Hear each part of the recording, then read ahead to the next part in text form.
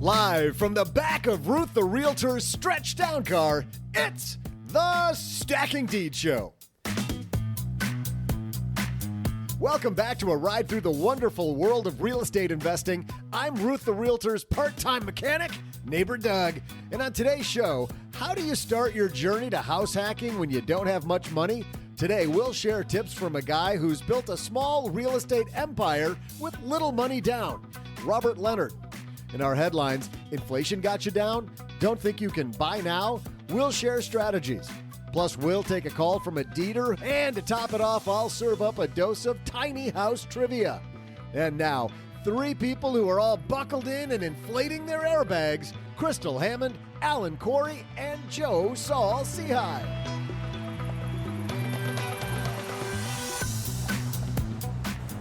Welcome, everybody. We have made it to episode 5 of the Stacking Deeds Show. Let's celebrate that for a second. Well, I hope you guys aren't too out of breath from inflating. Wait a minute, was that fake crowd noise? Did you just do fake crowd noise? Yeah. The crowd goes fake wild. We'll add that.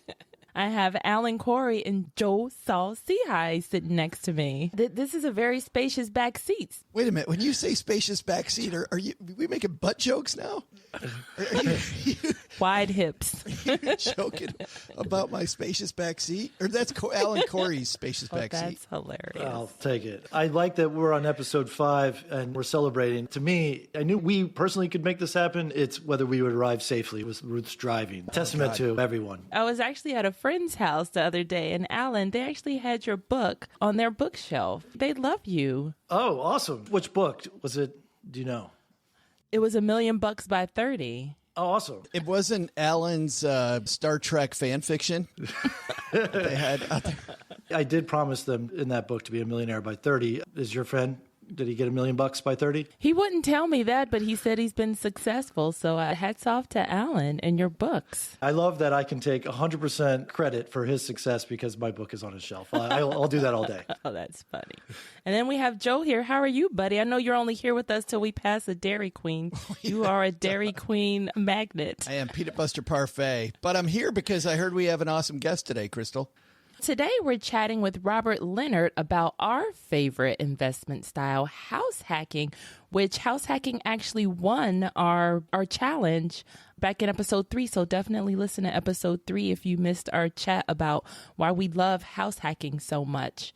Then we'll jump into some inflationary headlines, and then we'll have Doug's trivia. So sit back, relax, and turn up the radio because you're about to learn a lot of good stuff today.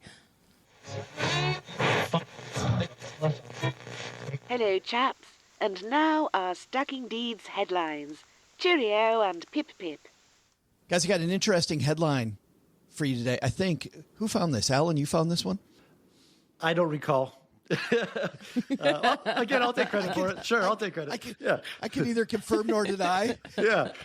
He's pleading the Like, what fifth. is today? What is today? This piece is written by Sarah O'Brien. Sarah says it may come as no surprise that among millennials who have intended to buy a house this year, 92% said in a recent survey that inflation has impacted their goal. Yet most of them aren't letting it serve as a roadblock, according to the survey from Estate Witch, an education platform owned by real estate data firm Clever. While 28% of these millennials are delaying their buying plans, the remainder say they're responding by saving more money for the purchase, 59%, spending more than expected, 36%, buying a fixer-upper, 26%, and buying a smaller home, 25%. I want to go over these to start off with. Crystal, spending more than expected as a former financial planner is the one that scares the hell out of me. Like going over your budget, what could possibly go wrong, Hammond? Now I think about it, I think I did find this piece. I wouldn't recommend, do not recommend, give that a 1-star review and everything else. I could totally understand that they're going to just sit this out and just save more, which I think that costs you too when you wait to just save more, but spending more. The whole point of buying real estate and investing is because you've had a plan. It's because you've thought things through. So when things aren't when you're not finding what you've planned for or what you're looking for, it's almost like a cop out and you're going to give up and then just spend more. And then that's going to cause a totally second set of problems and issues. It does. I feel like it's the easy way out. I mean, when we have access, we think we have access to more money, like we put our brain on hold. There's other ways to solve this. And one of them, Alan, is buying a smaller house. It seems to me between spending more than expected and just maybe changing your frame. Changing your frame's probably a better idea. Yeah, I've learned over the years, you can't save for a bigger down payment. You can't save for a bigger house because your rate of savings typically doesn't match inflation. It doesn't match housing prices appreciating. So the more you actually save, it has weaker purchasing power in the future. So yes, I'm always on the camp, buy whatever you can afford right now, even if it's a smaller home, because it's going to go much farther for you to just get on the property ladder than to wait to get on the property ladder. And you are disappointed because the houses are not what you thought you should be able to afford in the future. What do you think about the one on here buying a fixer-upper? That's moneymaker. That's guaranteed moneymaker all day, as long as you budget properly for the repairs. But you adding and improving a property, putting in the sweat equity, that's how a majority of people make their money in real estate, and it also makes for great TV shows. Well, I think we're talking specifically to real estate investors. I think it's great. But if somebody's listening and they're just a home buyer, and this is a primary residence, Crystal, I know people that decided to buy the fixer-upper, and 15 years ago, the fixer-uppering has not still fixer-upped. It still is not. You know what I mean? They still Are they still fixing? Well, yeah, they put it off because, the time you fix up your primary residence is the day you're getting ready to sell it, which is ridiculous. You make it all nice for the next homeowner instead of for you. For a real estate investor, I totally see it, that we would buy the fixer-upper. Oh, that's pretty funny because it is you realize a lot of things that you're okay living with because you don't want to spend the money to get things fixed. I would say you want to buy a fixer-upper just because you get a chance to customize things. You know, when you're buying these, what do you call these pop-up neighborhoods, everything is chosen for you. You can only have this tile, or here's our stock photo, items of an interior you can have. So when you buy the fixer-upper, that is a huge chance to customize, but present company included, I'm guilty of this.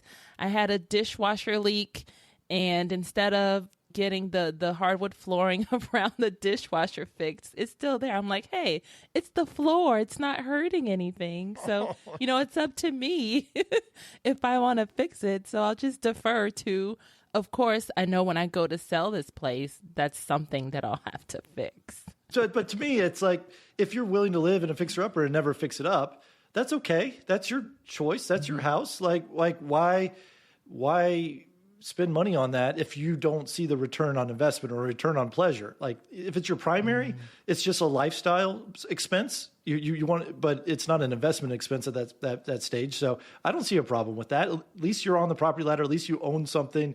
To me, that's more important than having a nice home and putting every dollar into having a nice home, because that's what you should be doing. And you're stressed. Yeah, there is no fixer-upper police. So if it's your place that you're living in, I could see that, hey, I do what I want to do. Yeah, but for an investor, fix it up, and get the lower price. What about changing it, though, Alan, with more creative financing? I love creative financing. It typically means you're putting less than 20% down. I just want people to get on the property ladder as soon as possible. One caveat, though, is make sure you can afford the monthly payments, and make sure it's a fixed rate. Those two things are super important. Outside of that, if you have to put 3% down, 0% down, 5% down, I don't care if you're paying PMI, the lower the amount of dollars you put in, the better, because then you have extra dollars in case that emergency comes up. Then you can have extra dollars to fix things up. And to me, that's super important. Just get in the property, make sure you can afford it each month, and you're good to go. We're going to do an episode on this. We're going to do a couple episodes. We have great guests coming on. Jasmine Kernetson coming on from Jasmine Mortgage Team. And also, Alan, you have a long list of different ways to create money that we've got an episode coming up about. Wait, long list to create money? Well, to create more real estate with no money. Maybe that's better. Well, every real estate investor runs out of money. Like that's a sign of a good investor. What I mean by that is they find a deal. That's a sign of a good investor.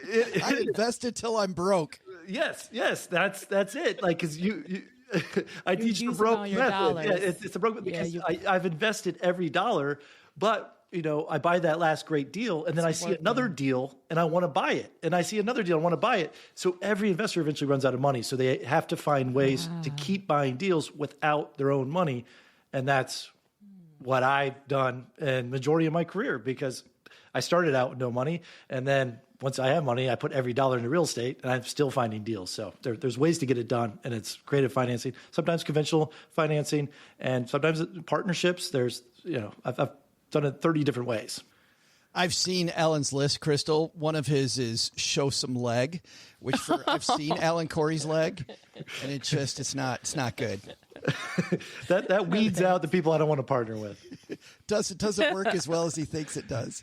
You know what? We found another piece here because we're kind of looking for structure, right? When we're buying a property, we're looking at a property. How do we come across properties that really meet our funnel? And this is from Buttonwood Property Management. And they had a list that we found interesting, 7 steps for real estate investing like Warren Buffett. And I thought maybe we pivot into these for a second while we're talking about millennials game changing because of inflation. Number 1 on this list, Crystal, is look for quality. But it seems to me that if you're looking for quality, the more quality goes up, the more the price goes up. And this isn't going to solve a millennials problem, buying more house.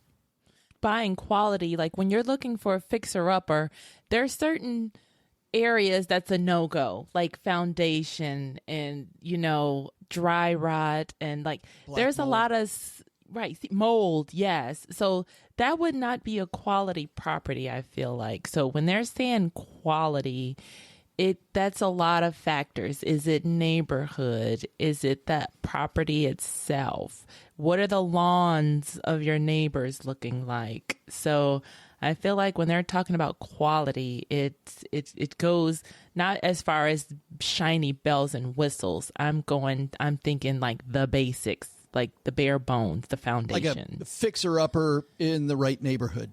Yes, Yeah. definitely. Number 2, and we'll stick with you, Crystal, because you're our part-timer learning this, I think, as you go. As we're doing this show, real estate investing is a business, like treating it like a business, these first several episodes, like you're learning all these new terms all the time. Yes. And when you're buying your first piece of investment property, you don't necessarily have to buy something that looks like your forever home. Like, I think that's what people could get caught up on. You're buying something that has great numbers. So you're separating your emotion from, oh man, but it has carpet in, certain floors, or, there's certain things that you wouldn't necessarily have in a home that you live in, but you're not buying something for you. You're buying something that works great in that neighborhood. You're buying for your tenant. So you should keep your tenant in that neighborhood that, has that daily commute and wants the hustle and bustle of the city versus, I would want to live somewhere quiet. That's where I want to find an investment property. No, you have to treat it as a business. Think of your tenants, think of the numbers of the deal, and then that's what you stick with because it's a business, not emotion. Number 3, Alan, you've really focused on this one in our first episode, which is stay in your circle of competence. I think your first 5 properties should be the same product type, same location. You really want to be an expert in that one area. I think a lot of people get the shiny object syndrome where I'm going to buy one vacation rental in 5 different cities, or I'm going to buy this property here and one in the next state. And it's really hard to become an expert if you're scatterbrained. But I promise you, if you just say, I'm only buying 2 bedrooms, 1 bath in this school district, or whatever criteria or buy box you come up with, you're going to know the most about that product in that area, and you're really going to recognize those deals much quicker.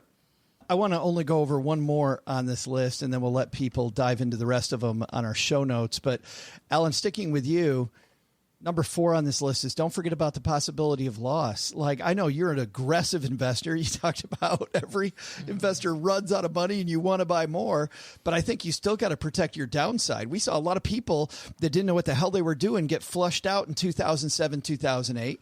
We may see people get flushed out again if interest rates keep going up now. You truly got to know your game.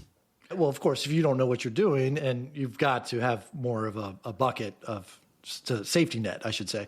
But the people who get in trouble are the ones with variable interest rates. because then your expenses you have no control of. If you have fixed rate mortgages, you have your biggest expense unchanging for 30 years. It's really easy to navigate around that. In terms of recessions, it typically creates more renters because fewer people can buy a home. So I kind of look at real estate, long-term buy and holds at least, with 30-year fixed mortgages is recession-proof in many ways because of that. Just keep a tenant. Just keep a tenant, but there's more tenants than ever in a recession. More people applying because there's not as many people buying homes. Guys, it's about my stop. Peanut Butter Parfait is calling, so Ruth's going to pull over and let me out here. However, for everybody else, we've got a fantastic guest. He is a guy who knows so much about house hacking. Crystal, as you said, house hacking was number one on our top 16 ways to invest in real estate. So we're going to attack it here early in episode 5. He's forgotten more than most people know. And Alan, he's a guy that you've known for a while. Yeah, I've been a guest on his show, and he's been on mine as well. So he's someone I've always looked up to. He's very creative when it comes to financing. Well, we're about to hear how creative he is. But as a way to get there, first, Doug, I think you've got some trivia for us, right? Hey there, Dieters. I'm Joe's mom's neighbor, Doug, and today's trivia question is brought to you by the letters Q and A. The smallest house in Great Britain is known as the Key House. But, they spell it funny over there. It measures 72 inches wide, 122 inches high, and 120 inches deep, or, just so you can picture it, about half the size of the spacious trunk I'm recording in right now. The most recent occupant was a fisherman named Robert Jones, who bought it in 1891 for 20 euros, or around 2,560 euros today. Wait, they had euros in 1891? Anyway, I've ridden in grocery carts bigger than that house. How tall was that guy? I'll be back right after I put my wheelbarrow on MLS. I think it's bigger than that house. Are you ready to dive into the world of real estate investing, but don't know where to start? Introducing our sponsor, Real Estate for Dummies. It's the only guide you'll need to become a successful real estate investor. But wait, we have something even better. Real Estate for Dummies 2 Electric Boogaloo. This time, we're taking things to the next level with a step-by-step guide to investing in real estate with dance moves. That's right. Learn how to make money in real estate while breaking it down on the dance floor. The tango of tax deductions, the salsa of seller financing, and the cha-cha of cash flow. Don't miss out on this limited time offer. Get Real Estate for Dummies 2 Electric Boogaloo now and dance your way into financial freedom. Disclaimer. Real Estate for Dummies 2 Electric Boogaloo does not actually include dance lessons. Real estate investing involves risk and may not be suitable for everyone. Please consult with a professional before making any investment decisions. Hey there, Dieters. I'm spacious trunk appreciator and your real estate narrator, Ruth's part-time mechanic, neighbor Doug. Robert Jones happily lived in the Key House for many years, and you're not going to believe this, the dude was 6'3". I have so many questions. And I'm pretty sure there was no truth to the rumor that Robert's starter home was an MRI machine. And now we welcome Robert Leonard, who's going to teach us how to find a great house so we don't buy a lemon.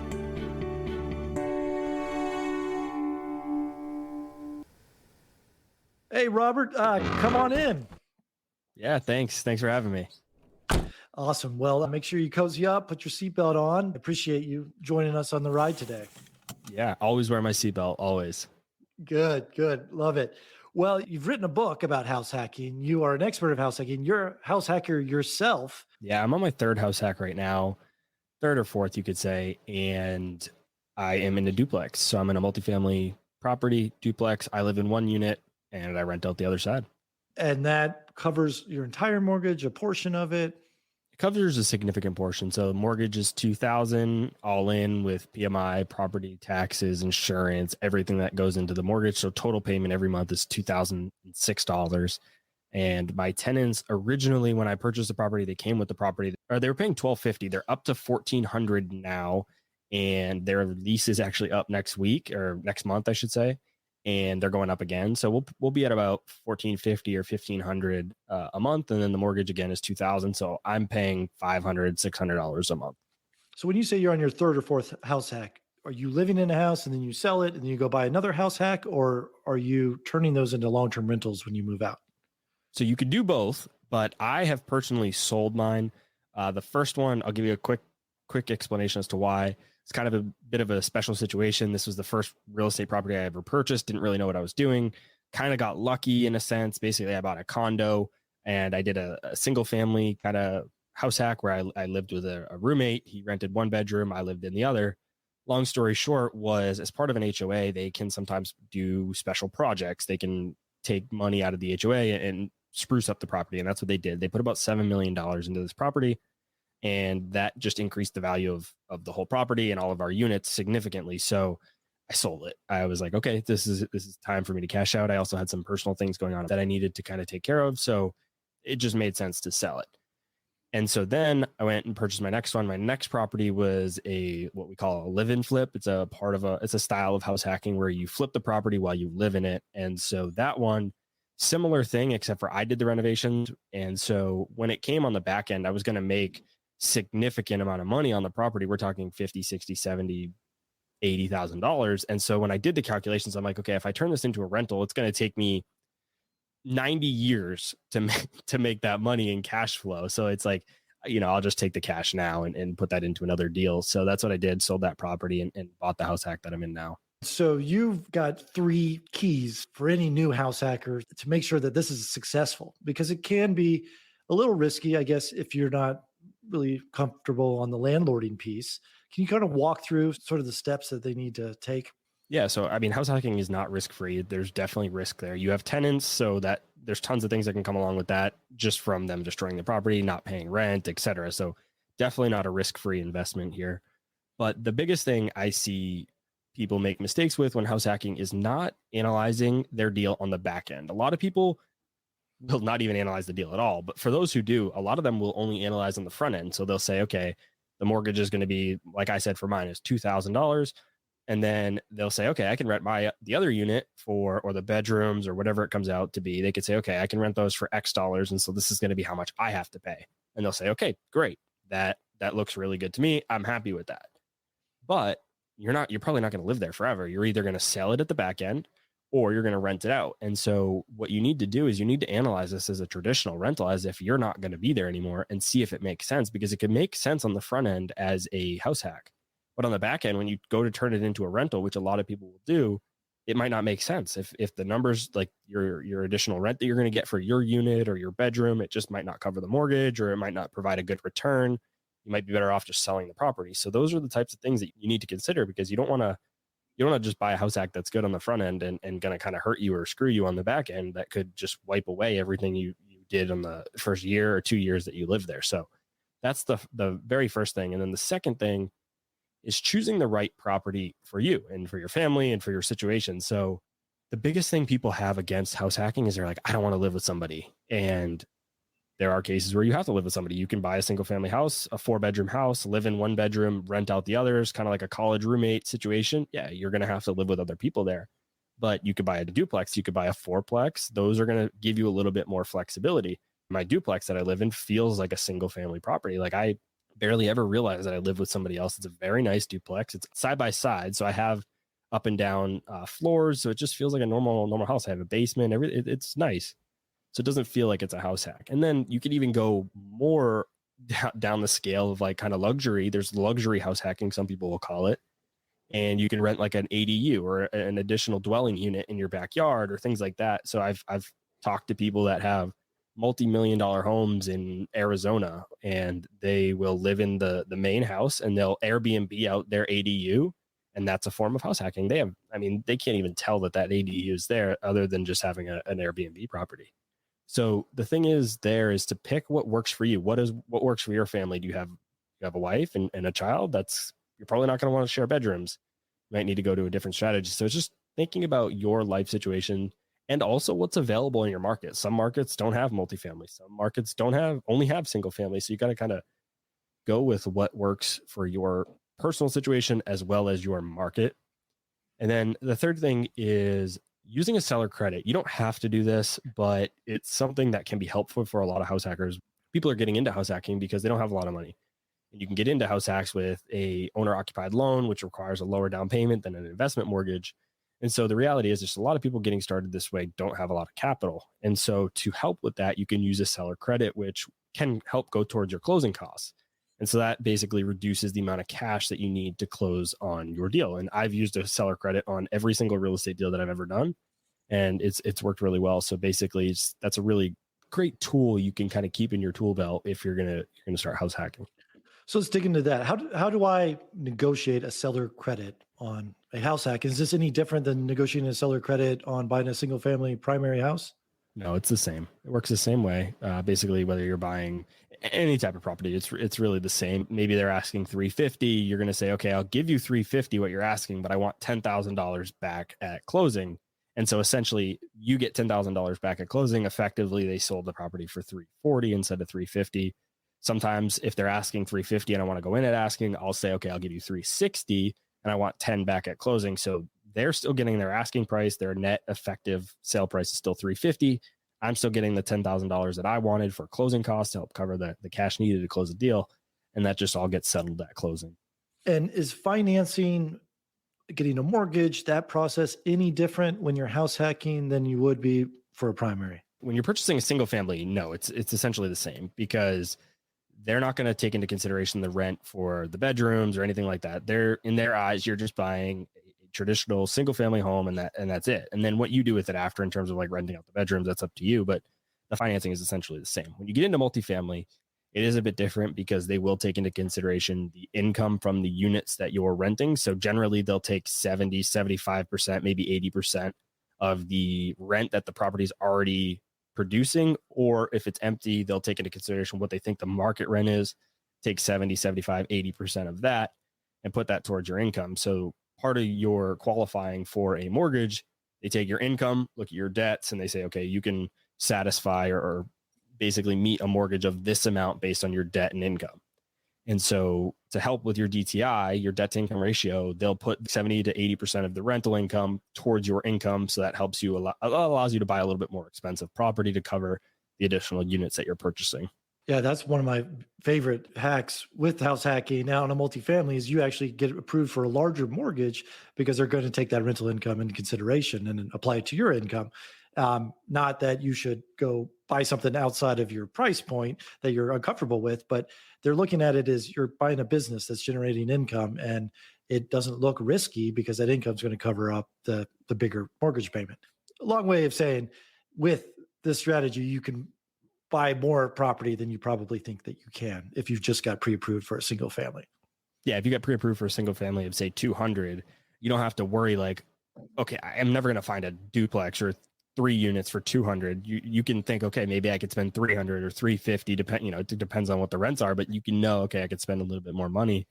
Now that said, I highly recommend only getting a mortgage that you're still kind of comfortable with. I think you can push it a little bit, but don't be too aggressive because the reality is those tenants could not pay. And if they don't pay, you have to cover the mortgage still. And so if you, no matter what, can only cover $2,000 a month, you don't want to get a mortgage that's $3,000. That's entirely dependent on the rent coming in. If you can, no matter what, like the max you could ever cover is $2,000, I'd probably cap it at like, I don't know, 1,700, 1,500, 1,800, something like that. Like leave a little bit of leeway so that you could still cover the mortgage if you had to yourself.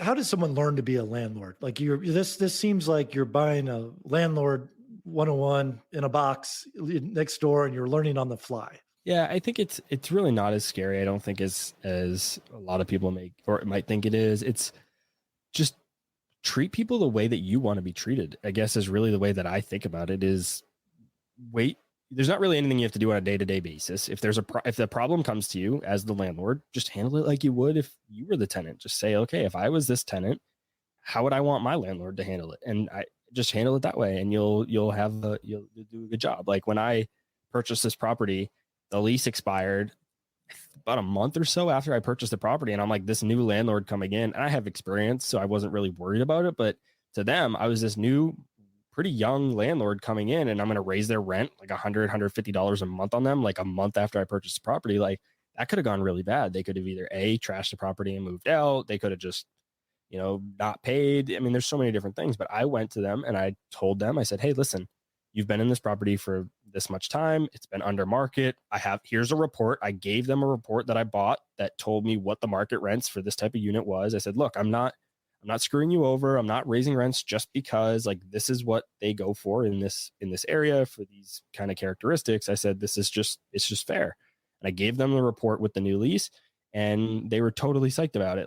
Obviously they don't want to pay more money, but they're like, I totally understand. Thank you so much for coming to me and, explaining it this way. You didn't have to do this. You didn't have to give me this report, but I really appreciate it. And it's been fine. And they've never missed a payment. It's been great. And everything else, their stove went out the other day and I just handled it. Their stove went out 2 or 3 days before Thanksgiving.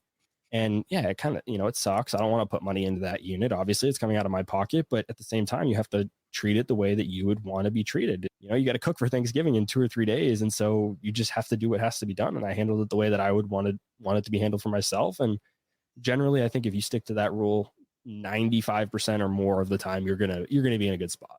Yeah, I found when I was house hacking, the people who want to rent next door to their landlord, they're a higher caliber tenant because the ones who know the landlord lives next door, they're going to weed themselves out and not apply for your apartment.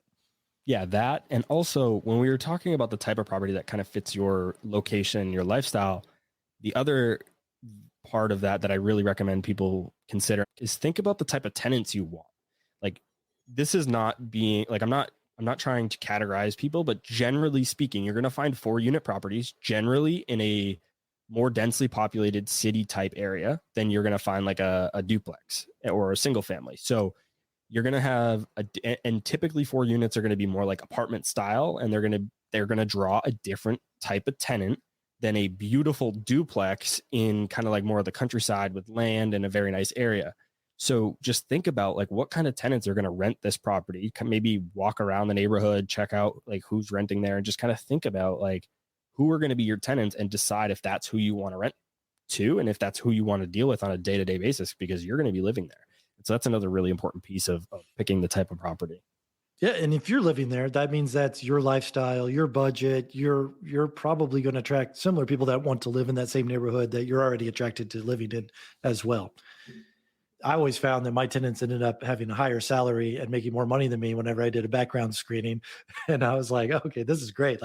They got their act together way more than I do.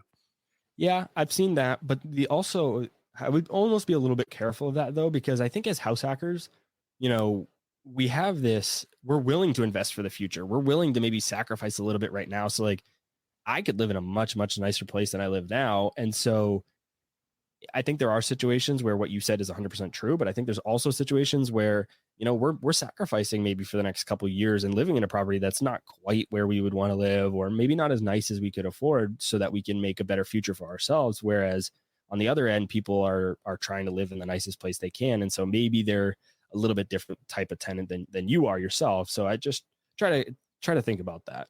Can you think of anyone who should not house hack or consider house hacking? No, I mean, I don't think there's anybody that shouldn't. I mean, you can decide that it's not right for you. I think the only people it doesn't work for is the people that just don't want it bad enough, or it just doesn't fit their lifestyle. Yeah, if you don't want to be a landlord, you can house hack and still have property management handle the other units. I've also been in situations where I just don't tell people I own the house. I pretend I'm a tenant as well, or I'm helping the owner on the property management capacity, even though I am a owner. So I think there's a lot of creative ways to, if you just don't want to be that landlord role, which may be keeping a lot of people back. For sure. There's so many of these old adages or kind of just assumed truths about real estate that aren't true anymore. They don't usually call their landlord that much anymore, at least in my experience, as long as you set up your systems right. I have an online software that people submit a maintenance ticket if something goes wrong, and then I'll get an email and I'll check it, and that's that. But I'm not getting these phone calls all the time, or they're not texting me and things like that. So I think setting up the systems the right way is really helpful. Robert, this has been wonderful. If people want to find out more about you, where should we send them? The best place to connect with me, if you want to connect with me personally, is just on Twitter. I'm super active there. My handle is @Robert_Leonard. And if you want to pick up the book, just go to Amazon, search house hacking, look for a blue cover. It says, you'll see my name on the cover. It's just a blue cover with white text. Thanks for joining us in the ride today. Appreciate you sharing your thoughts on house hacking and millennial investing. Yeah, thanks for getting me here safely. Oh, that was a great conversation with Robert. Now I see this further confirms why house hacking made it to number one on our list. It does take flexibility and some sacrifice, but great things always do. So if you're young, pre-kids, maybe pre-marriage, or you've got a spouse that's on board, this is really going to skyrocket your finances. Just getting rid of those very expensive housing expenses that everyone has. If you can actually turn your liability of your house into an asset that pays you, wow, you can't go wrong. Huge thanks to Robert Leonard for joining us today. If you want to read Robert's book and learn more about him, go to stackingdeeds.net/show notes, and we will email you directly everything you learned today, which means... Is that a phone? Here we go, Crystal. It's the phone's ringing again. That means that it's time for our last segment, our weekly call. This is my favorite part, our weekly call from a Dieter. It's Rings Ruth's Rotary, so let's see who we have today. Hi, Alan and Crystal. This is Brittany. I've heard that debt is bad, but leverage is good. Can you explain what that means? Well, thanks for that question, Brittany, and thanks for calling in. So I know a lot of people love, it's like a flex that they're like, oh, I don't have debt, I don't have credit card debt. But when you don't have debt, you're really missing out on the power of leverage. Like, I know you use a lot of debt, right, Alan? I'm the king of debt, but it's good debt. So it's really, we're really defining is what's bad debt and what's good debt. And I think the way to look at it is bad debt is you're buying things that don't pay for itself. So if I put my dinner on my credit card, what the meal I eat does not pay off my credit card. But if I use debt to buy a house that generates income that pays back its own mortgage, that's good debt, right? So that's really the distinguishing factor. Leverage is really the only way to drastically increase your wealth. If you use it right, it's not going to be risky. It actually reduces risk if you use leverage, because rather than putting 100% of my eggs in one basket, I'm putting 20% of my eggs in a basket and 80% of someone else's eggs. And that way I actually reduce my own personal risk. But it's all about making sure that it creates enough income to pay for itself, plus put a little bit extra in my pocket, plus cover me for expenses and vacancies and repairs. So that's, you budget for all of these worst case scenarios. And if it's still going to pay to cover all those things, then you're good to go. And what's great about real estate, it comes with insurance. So that is really going to cover the big repairs. I love how you said that, because are you using your debt to buy income producing assets, or are you using debt to buy pizza and burger? You know, that's not going to work. If you have a question for Alan and I to answer, Ruth just handed me the phone number. It's stackingdeeds.net/voicemail. So leave us a message and we'll answer your question just like we did Brittany's today. Thanks again for calling in, Brittany. No, that's very important distinction. So that was a great question. Appreciate it, Brittany. And that concludes our ride. Looks like we're arriving back to our headquarters here. And what a great show. I loved having Robert Leonard. He's always inspiring, and I always learn something new. I love also that he's the voice of house hacking, because that's near and dear to my heart, and it changed my finances. Yes, yes. So let's take it to Doug. What should we have learned today?